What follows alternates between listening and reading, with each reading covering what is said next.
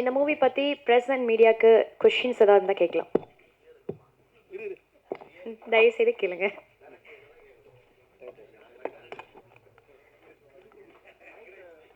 கேட்கலாம் கொஷின்ஸ்.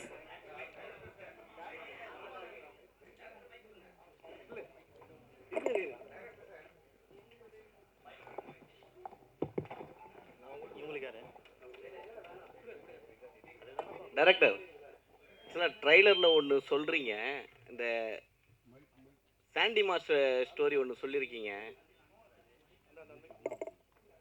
சொல்லுங்கள் sir.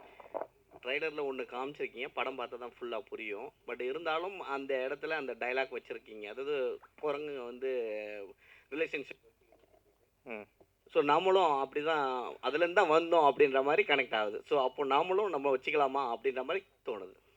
Okay, அப்படி நீங்கள் அதை எடுத்துக்கிறீங்க. இல்லை கேட்குறேன், நீங்கள் சொல்ல வந்தது இதானா? இல்லை, அதை நான் சொல்லலைல்ல. ட்ரெய்லரில் வெறும் அந்த வாக்கியம் மட்டும்தான் இருக்குது. குரங்குகள் தான் கூட பிறந்த அப்படின்ற அந்த வாக்கியம் மட்டும்தான் இருக்குது. ஸோ அதனால நாமளும் வச்சுக்கலாம் அப்படின்றத நான் சொல்லவே இல்லை.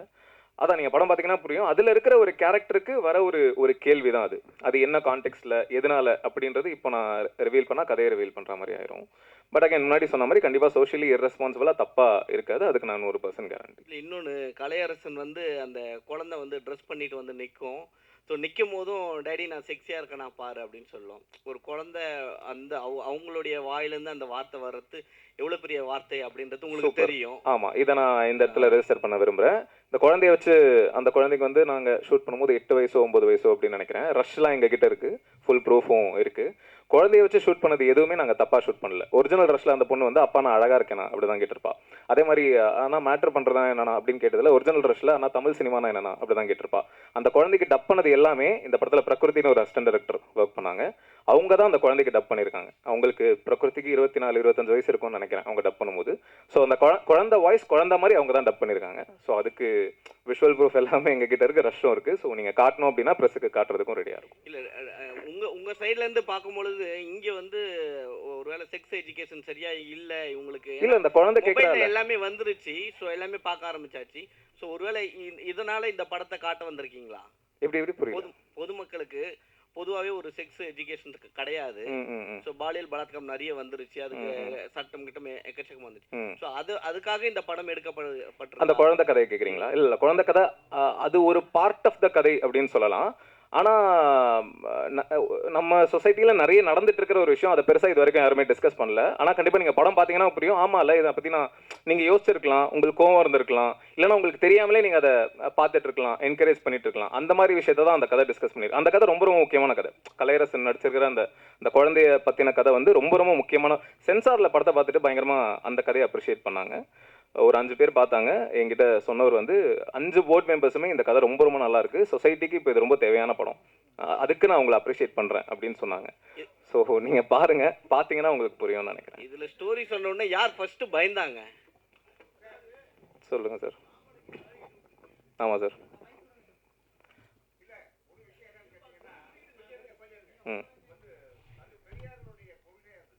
Correct sir.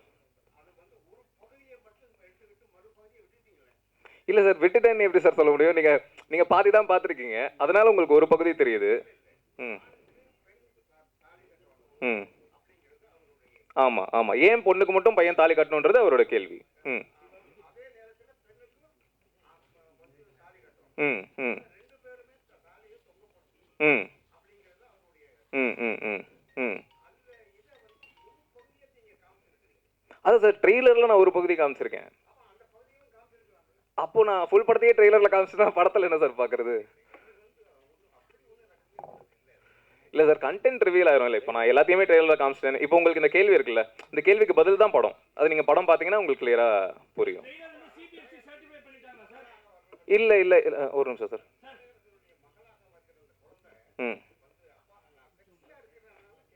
ஆமாம் சார். சார், அது நீங்கள் படம் பார்த்தீங்கன்னா புரியும். அதான் சொல்கிறேனே, அந்த கதை ரொம்ப ரொம்ப முக்கியமான கதை. அது நீங்கள் பார்த்தீங்கன்னா உங்களுக்கு புரியும். சார், இப்போ நீங்கள் ஒரு விஷயம் சொல்ல வரீங்க சார். சார் இங்கே பாருங்க சார். இல்லை சார், இல்லை, ட்ரெய்லர் சென்சார் கிடையாது சார்.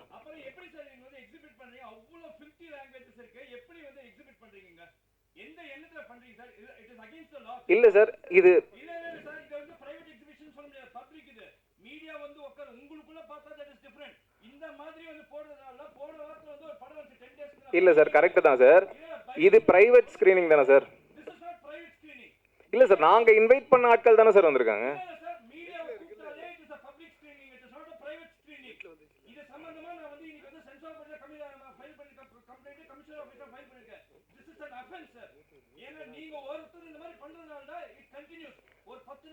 இல்லை சார், அதான் சொல்கிறேன் சார், நீங்கள் படம் பார்த்தீங்கன்னா உங்களுக்கு புரியும்.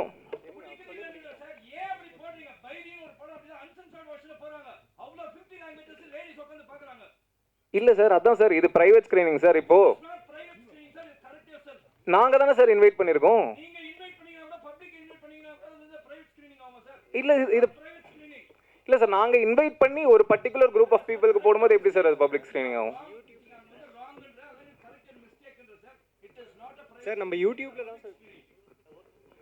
இல்லை யூடியூப்ல சரி ஓகே சார் நீங்கள் ஒரு விஷயம் பண்ணியிருக்கீங்க சார்.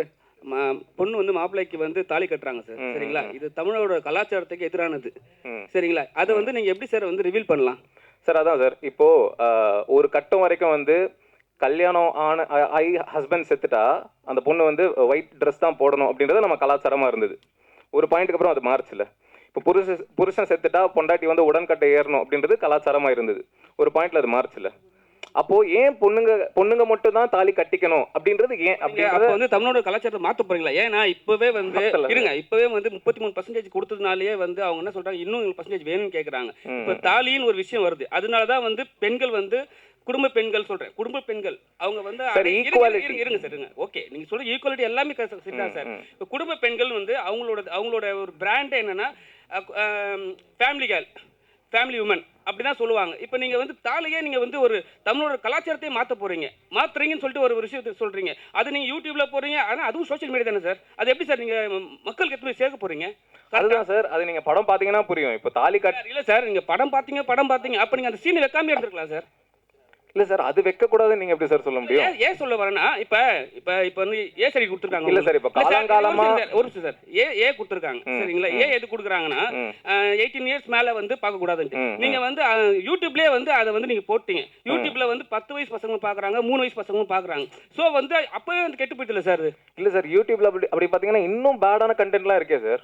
அப்போ எப்போ ஒரு குழந்தை கைக்கு ஃபோன் போதோ, ஒரு 18 வயசுக்கு கீழே இருக்கிற ஒரு பர்சன் கிட்ட ஃபோன் போதோ, அப்போவே அவங்க தேர் ப்ரோன் டு எவ்ரிதிங்ல. அவங்க ஃபோன் எடுத்தாலே பான் ஃபிலிம் கூட பார்க்க முடியும் சார்.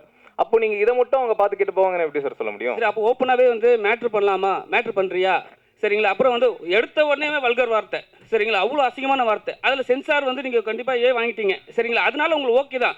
ஆனால் வந்து இப்போ வந்து நிறைய படங்கள் வந்து ஃபேமிலி ஆடியன்ஸாக வந்தால் தான் ஹிட் ஆகுது சரிங்களா. இப்போ உங்களுக்கு வாங்கிட்ட பிறகு 18 இயர்ஸ் ஸ்கூலில் மேலே தான் வர முடியும். எப்படி சார் உங்கள் ஃபேமிலி ஆடியன்ஸ் வந்து வருவாங்க சார்? அதை தான் இதில் கிளியராக போட்டிருக்கேன். Adults only film for family audience and youth தான் போட்டிருக்கோம். அதை என்ன மீன் பண்ணுறோம் அப்படின்னா, குழந்தைங்க இந்த படத்தை பார்க்கக்கூடாது, இது குழந்தைங்களுக்கான படம் கிடையாது. ஆனால் குழந்தைங்களை பெற்ற அப்பா அம்மாக்கள் இருக்காங்கல்ல, அவங்க எல்லாரும் கண்டிப்பாக பார்க்கணும். அதை தான் இதை மீன் பண்ணி. அவங்களும் ஃபேமிலி தானே சார். ஒரு கல்யாணம் ஒரு புருஷன் முன்னாடி ஃபேமிலி தானே. குழந்தையோட வந்தால் தான் ஃபேமிலின்னு அர்த்தம் கிடையாதுல்ல. ஒரு 45 வயசுல இருக்கிற ஒரு ஹஸ்பண்ட் ஒய்ஃப் ஃபேமிலி தானே. அதை மீன் பண்ணி தான் ஃபேமிலி ஆடியன்ஸ்னு சொல்கிறோம். குழந்தைங்க பார்க்கக்கூடாதுன்றதுனால தான் ஏ சர்டிஃபிகேட். சொல்லுங்க சார்.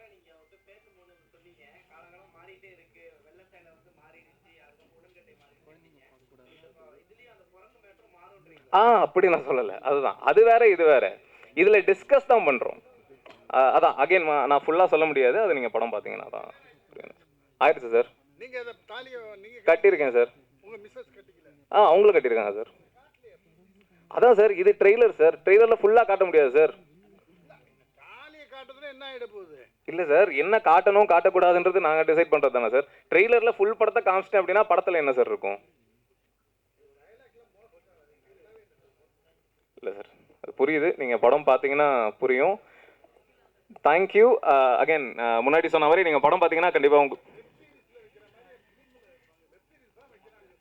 இல்லை சார், உங்கள் கேள்விகள் புரியுது சார். ஆனால் அதுக்கு பதில் படம் தான் சார். நான் பதில் சொல்கிறத விட படம், நீங்கள் படம் பார்த்தீங்கன்னா தான் உங்களுக்கு அது புரியும். ஸோ என்ன சொல்கிறதுன்னு தெரில. Thank you Kalaiyarasan sir. Thank you Kalaiyarasan, உங்களுக்கு தான். நீங்கள் சொன்னீங்க என் போர்ஷன் தான் பார்த்தேன்ட்டு. ஏன்னா இப்போ வந்து ஒரு நல்ல வளர்ந்து வர ஆக்டர் நீங்கள். இப்போ வந்து இது மாதிரி ஒரு கண்டென்ட்டு வந்து டேரக்டர் உங்கள்கிட்ட சொல்லுவாங்க. சொன்ன உடனே சில பேர் வந்து ஹீரோயினே சொன்னாங்க, ஃபஸ்ட்டு நான் வந்து கதை கேட்டேன், எனக்கு பிடிக்கல, அதுக்கப்புறம் ஒரு 2வது சொல்லி ஓகே பண்ணேன்னு சொன்னாங்க. இப்போ நீங்கள் வந்து உங்கள் சப்ஜெக்ட் தான் மட்டும் தான் பார்த்துருக்கீங்க. இப்போ வந்து கலையரசனுக்கு ஒரு பேர் இருக்குது சரிங்களா. இது மாதிரி சப்ஜெக்ட்டில் வந்து கலைரசன் உள்ளே வரும்போது அடுத்தடுத்த கட்டத்தில் வந்து உங்களை வந்து இது மாதிரியே ஸ்டோரியிலே வந்து கூப்பிடுறாங்களே தவிர அடுத்த கட்டத்துக்கு நீங்கள் மேலே ஏற முடியுமா?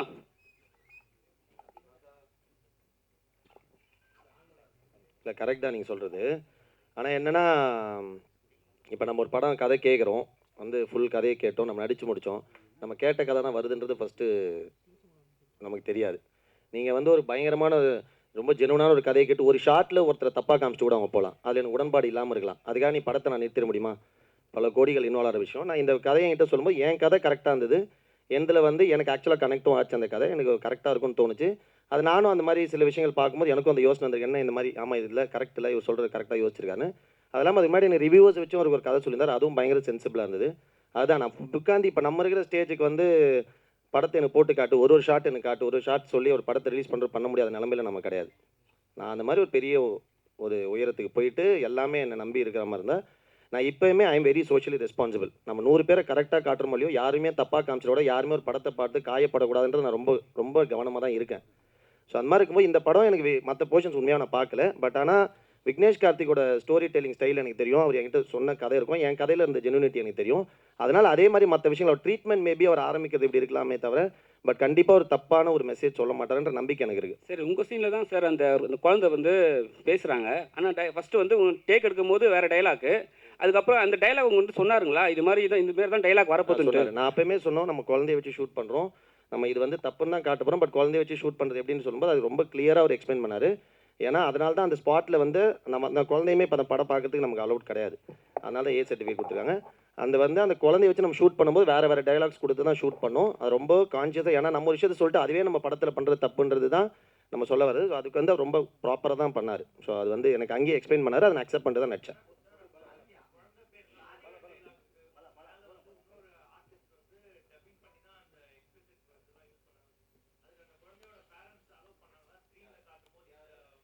இல்லை அங்கே நம்ம சொல்லவே இல்லை அவங்ககிட்ட நம்ம இதுதான் வரப்போகுதுன்னு சொல்லிட்டு. அவங்ககிட்ட வந்து நம்ம ரன்னிங் பேரண்ட்ஸுக்கு தெரியும், பட் ஆனால் அங்கே வந்து குழந்தைக்கு தெரியாதுன்னு நான் சொல்கிறேன். ஹாட்ஸ்பாட் மூவியோட பிரஸ் மீட்டிற்கு வருகை புரிந்த பத்திரிகை மற்றும் ஊடக நண்பர்கள் அனைவருக்குமே நன்றி. தற்போது ஹாட்ஸ்பாட் படத்தினுடைய திரைக்குழுவினர் தற்போது குழு புகைப்படம் எடுத்துக்கொள்வார்கள்.